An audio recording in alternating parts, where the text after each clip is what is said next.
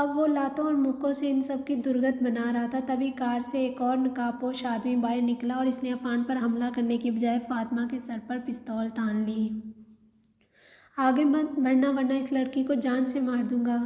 فاطمہ کو روتا دیکھ عفان ایک دم پیچھے مڑتے فاطمہ کے پاس جانے لگا۔ اسی بات کا ان آدمیوں نے فائدہ اٹھایا۔ اب وہ سب لوگ پے در پے عفان کو مار رہے تھے اور وہ بیچارہ فاطمہ کی وجہ سے کوئی جوابی کارروائی بھی نہیں کر پا رہا تھا۔ فاطمہ کو یہ تلخ آواز کچھ شناسا سی لگی۔ وہ چونکتے ہوئے سے ہی دیکھنے لگی تھی کہ اچانک ایک اور نقاب پوش آدمی وہاں آیا۔ اس نے کبیر پاشا کے سر پر حملہ کر کے اس کے ہاتھ میں موجود پستول نیچے گرا دی۔ جلدی بھاگے یہاں سے۔ کبیر پاشا کو درد کے مارے کراہتے دیکھ جے ڈی نے پاکٹ سے ایک چابی نکالتے عفان کی طرف پھینکی جسے وہ بروقت کیچ کر چکا تھا۔ ابھی جے ڈی فاطمہ کو آگے جانے کے لیے راستہ ہی دے رہا تھا کہ کبیر پاشا نے اپنا داؤ کھیلتے زمین سے گن اٹھائی اور اس کی ٹانگ پر ایک زوراور کک مار دی۔ پاس موجود دوسرے آدمی نے اس کے سر پر گن مارتے رہی صحیح کسر بھی پوری کر دی۔ اب وہ چکراتے سر کو پکڑے وہیں زمین پر دوزانوں بیٹھ گیا۔ دو آدمیوں نے اسے زبردستی کھینچ کر اس وین میں بٹھا دیا۔ عفان باقی کے دو آدمیوں سے مقابلہ کر ہی رہا تھا کہ ان کے پاس وین رکی اور وہ بھی جان چھڑاتے اس میں بیٹھ کر فرار ہو گئے۔ عفان اپنے محسن کو بچانے کے لیے لپکا ضرور تھا مگر ان کی کار کی سپیڈ اتنی تیز تھی کہ وہ انہیں پکڑنے میں کامیاب نہ ہو سکا۔ جاوید بھائی، فاطمہ کے لبوں سے کپ کپاتی آواز برآمد ہوئی جسے ادھر آتا عفان بھی سن چکا تھا۔ وہ اپنے منہ پر ہاتھ رکھے وہیں زمین پر بیٹھے آنسوؤں سمیت روئے جا رہی تھی۔ ریلیکس فاطمہ، سب کچھ ٹھیک ہو جائے گا۔ فاطمہ کو شدت سے روتے دیکھ عفان بھی اس کے قریب دوزانوں بیٹھے زمین پر بیٹھے اسے نرم لہجے میں تسلی دینے لگا۔ آج جاوید بھائی میری وجہ سے، فاطمہ آنسوؤں سے تر چہرے سمیت ہکلانے کے انداز میں بول رہی تھی۔ آپ اس نقاب پوش آدمی کو جانتی ہیں؟ عفان سمجھ گیا تھا کہ فاطمہ ضرور اس نقاب پوش کو جانتی ہوگی اس لیے اتنا رو رہی ہے۔ ہاں، وہ عثمان کے دوست ہیں۔ فاطمہ بلک بلک کر رو رہی تھی۔ پچھلے 5 سالوں سے وہ بنا سامنے آئے ایک مسیحا بن کر میری مدد کرتے رہے ہیں۔ مجھے نہیں پتا تھا کہ وہ شخص کون ہے جو میری ہر مصیبت میں مدد کرتا ہے۔ آج جب وہ گنڈے ان کو وین میں بٹھا رہے تھے تب میں نے ان کا چہرہ دیکھا۔ فاطمہ آج اذیت کی انتہا پر پہنچ چکی تھی۔ فاطمہ پلیز سنبھالیں خود کو، آئیے گھر چل کر آرام سے بات کرتے ہیں۔ فاطمہ کو بے بس انداز میں روتا دیکھ عفان نے اپنے بازوؤں کا سہارا دیتے اسے زبردستی زمین سے اٹھایا۔ کیسے سنبھالوں خود کو، کیسے؟ پہلے ہی میری وجہ سے عثمان کی جان چلی گئی اور پھر زینی پر فائرنگ اور آج میری وجہ سے جاوید بھائی کی جان خطرے میں چلی گئی۔ مجھ سے زیادہ منحوس اس دنیا میں اور کوئی نہیں ہو سکتا۔ فاطمہ کی باتیں عفان کا سینہ چھلنی کر رہی تھی۔ اسے آج اس لڑکی پر بے پناہ ترس آ رہا تھا جو شروع دن سے اب تک صرف مصیبتیں ہی مصیبتیں جھیلتی آ رہی تھی۔ کچھ نہیں ہوگا انہیں، آپ پلیز رونا بند کریں، بہت جلد سب کچھ ٹھیک ہو جائے گا انشاءاللہ۔ عفان تقریباً اسے اپنے ساتھ لگائے کار کی طرف لا رہا تھا۔ عفان کو سمجھ آ چکا تھا کہ ہو نہ ہو یہ ماسک مین ضرور ٹائیگر گروپ کا ہی ایک ممبر ہے۔ وہ جلد از جلد اس اغوا کی خبر کو اذلان تک پہنچانا چاہتا تھا۔ وہ بھلے ہی اذلان کے مشنز کے متعلق علم نہیں رکھتا تھا لیکن وہ ان کے ٹائیگر گروپ سے اچھی طرح واقفیت رکھتا تھا۔ عفان نے فاطمہ کو کار میں بٹھاتے جے ڈی کی دی گئی چابی سے کار سٹارٹ کر دی۔ ڈرائیونگ کے دوران وہ بار بار فاطمہ کے روتے بلکتے وجود کو بے بس نگاہوں سے دیکھ رہا تھا۔ ریش ڈرائیونگ کرتے ہوئے وہ دونوں پھر سے ایان کے گھر میں آ گئے۔ کار کو پورچ میں رکتے دیکھ فاطمہ اپنے بہتے آنسوؤں کو صاف کرتی نیکسی کی جانب بڑھ گئی۔ یہ منظر اذلان اور زینی دونوں نے ہی لاؤنج کی کھڑکی سے براہ راست دیکھا تھا۔ ایمان آپی، ایمان فاطمہ کو گھر کے اندر قدم رکھتے دیکھ زینی اس کی طرف لپکی مگر وہ بنا کوئی رد عمل ظاہر کیے روتے ہوئے کمرے کا دروازہ لاک کر گئی۔ انہیں کیا ہوا؟ زینی پریشان تاثرات سمیت اذلان کو دیکھنے لگی۔ تبھی عفان دھیمی چال چلتے ہوئے اندر انیکسی آ گیا۔ عفان بھائی، یہ چوٹیں کیسی؟ کیا ہوا آپ کو؟ عفان کی سفید شرٹ پر جگہ جگہ خون کے دھبے دیکھ وہ دونوں آگے بڑھتے عفان کے پاس پہنچ چکے تھے۔ عفان نے ان کے استفسار پر روڈ پر درپیش سارا واقعہ مختصراً ان کے گوش گزار کر دیا۔ اوہ مائی گاڈ، جے ڈی کا کڈنیپ! اذلان اپنی پیشانی کو دھیرے سے مسلتے اس غیر متوقع صورتحال کو سمجھنے کی کوشش کر رہا تھا۔ کسی کے کڈنیپ کا سنتے زینی کا رنگ پھک پڑ گیا۔ میں زیان کو انفارم کرتا ہوں، وہ بھی اس سچویشن کو دیکھ لے گا۔ عفان فاطمہ کے کمرے کو ایک نظر دیکھنے کے بعد فون تھامے نیکسی سے باہر چلا گیا۔ اذلان کی انگلیاں فون کی سکرین پر تیزی سے حرکت کر رہی تھیں۔ وہ جیڈی کے فون کے ذریعے اس کی لوکیشن ٹریک کرنے کے لیے کسی کو میسج پر آرڈر دینے لگا۔ زینب کی وجہ سے وہ فون پر بات کرنے سے گریز برت رہا تھا۔ کچھ ہی منٹوں کے بعد وہ مختلف احکامات جاری کرتا مصروف سے انداز میں نیکسی سے باہر جانے کے لیے اپنے قدم آگے بڑھا ہی رہا تھا کہ اسے اپنی سماعتوں میں زینی کی تفکر آمیز آواز سنائی دی۔ اذلان، زینی کی آواز میں آنسوؤں کی آمیزش شامل تھی۔ اذلان نے چونکتے ہوئے اپنا رخ واپس موڑا۔ کچھ نہیں۔ زینی اپنی آنکھوں میں تیرتی نمی کو فوراً حلق کے اندر اتار چکی تھی۔ اسے سمجھ ہی نہیں آ رہی تھی آخر اس نے اذلان کو آواز کیوں دی اور اسے کہنا کیا تھا، اس لیے کنفیوز انداز میں ہاتھ مسلنے کے بعد نفی میں سر ہلاتی اپنا چہرہ نیچے جھکا گئی۔ Don't worry Zainab, everything will be all right soon انشاءاللہ۔ اذلان زینی کی سفید پڑتی رنگت سے اس کی اندرونی حالت کا اندازہ لگا چکا تھا، اس لیے گہرا سانس بھرتے اس کے قریب آیا اور پھر اس کا ہاتھ تھامے نرم لہجے میں تسلی دینے کی بھرپور کوشش کی۔ آپ اپنا اور بھابھی کا خیال رکھیں، کچھ ہی دیر میں گھر کے باقی سب لوگ آپ دونوں کو یہاں سے لینے کے لیے آئیں گے۔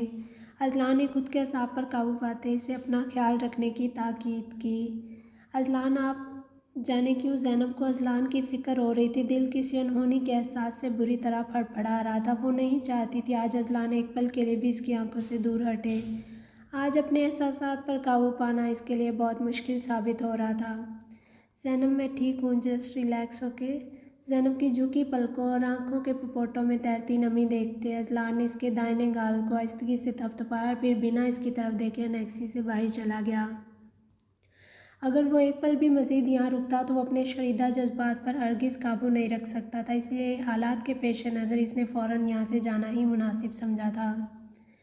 زینی کی نگاہوں نے دور تک اس کا پیچھا کیا، یہاں تک کہ وہ نگاہوں سے اوجھل نہ ہو گیا۔ وہ اپنی منتشر دھڑکنوں سمیت دل ہی دل میں ان سب کی سلامتی کی دعائیں مانگنے لگی۔ کمرے کا دروازہ مسلسل نوک ہونے کی وجہ سے فاطمہ نے بالآخر زینی کو اندر آنے کی اجازت دے ہی دی اور پھر خود واپس بیڈ پر بیٹھے بلک بلک کر رونے لگی۔ زینی اس کے لرزتے وجود کو سنبھالتی خود بھی آنسوؤں سمیت رو رہی تھی۔ اطراف میں نگاہیں گھماتے جاوید کو وقت کا بالکل بھی اندازہ نہیں ہو رہا تھا۔ اس کا وجود اس وقت ایک اندھیر نما کمرے میں ایک کرسی کے ساتھ بندھا ہوا تھا۔ اس کی آنکھیں جلن کے مارے بار بار بند ہو رہی تھیں اور جسم اکڑاہٹ کا شکار لگ رہا تھا۔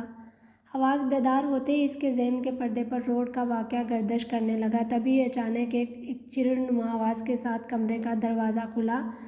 اچانک باہر سے آتی تیز روشنی نے جاوید کی آنکھوں کو چند پل کے لیے چندیا سا دیا۔ وہ اپنی آنکھوں کو بار بار جھپکتے خود کو اس روشنی کا عادی بنا رہا تھا۔ تبھی اسے اپنی سماعتوں میں 3 سے 4 قدموں کی چاپ کی آواز سنائی دینے لگی۔ کچھ ہی سیکنڈ کے بعد ان میں سے ایک آدمی نے دیوار پر لگے بورڈ کے سارے بٹن ایک ساتھ پریس کر دیے۔ پلک جھپکنے کی دیر ہی تھی کہ سارا کمرہ رنگا رنگ روشنیوں میں نہا گیا۔ اپنے وجود سے اٹھتی درد کی ٹیسوں سے اسے اندازہ ہو رہا تھا وہ کافی گھنٹے سے یہاں اسی کمرے میں اسی پوزیشن میں رسیوں کے حصار میں جکڑا ہوا ہے۔ کیسا لگ رہا ہے تمہیں پھر یہ چوہے بلی کا کھیل ختم ہوتے دیکھنا؟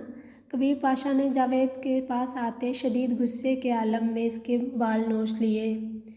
منہ پر پٹی بندھے جاوید کے لبوں سے درد کے مارے ایک کراہ نما آواز تک نہ نکلی۔ وہ ان گنڈوں کے سامنے خود کو کمزور ثابت نہیں کرنا چاہتا تھا۔ بے بسی کی انتہا ضرور تھی کیونکہ اس کے ہاتھ اور پاؤں دونوں رسیوں میں جکڑے ہوئے تھے، ورنہ وہ اپنے ایک ایک وار سے ان سب کو زمین بوس کرنے کی صلاحیت اپنے اندر محفوظ رکھتا تھا۔